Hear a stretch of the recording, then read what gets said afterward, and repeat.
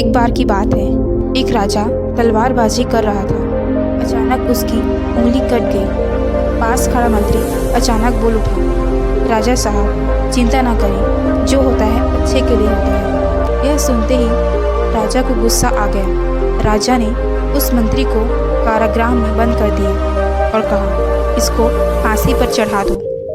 यह सुनकर मंत्री घबरा गया। उसने राजा से निवेदन किया कि महाराज, मैंने आपके यहाँ इतने वर्षों तक काम किया है, क्या आप मेरी अंतिम इच्छा पूरी नहीं करेंगे?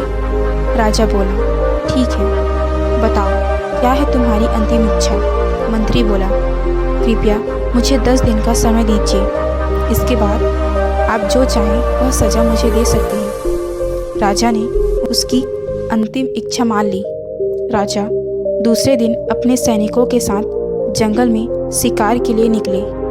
राजा जंगल में अपने सैनिकों से बिछड़ गए और रास्ता भटक गए। रास्ता ढूंढते हुए राजा वनवासियों के बीच पहुंच गए, जो बलि देने के लिए किसी को ढूंढ रहे थे। वनवासियों ने राजा को पकड़ लिया और वन की देवी को बलि देने के लिए ले गए। बलि देने की सारी तैयारी पूरी हो गई थी।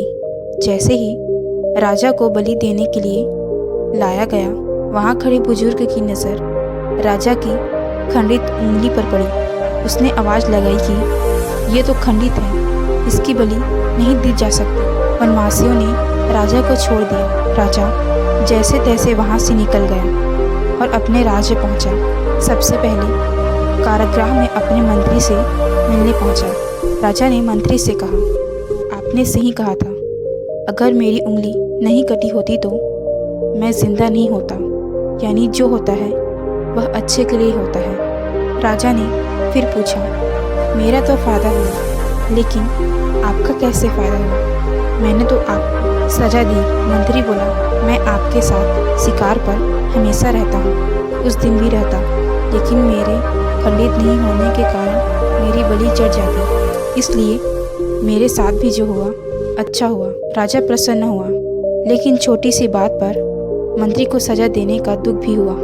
इसलिए राजा ने मंत्री को कारागृह से निकालकर फिर से अपने साथ रख लिया। इससे सीख मिलती है कि अपने जीवन में भी बहुत से उतार चढ़ाव आते हैं। कभी कभी कुछ चीज़ें मन मुताबिक नहीं होती हैं। इस कारण से कभी निराश नहीं होना चाहिए। जो होता है अच्छे के लिए होता है। हर परिस्थिति के प्रति सकारात्मक नज़रिया रखना चाहिए।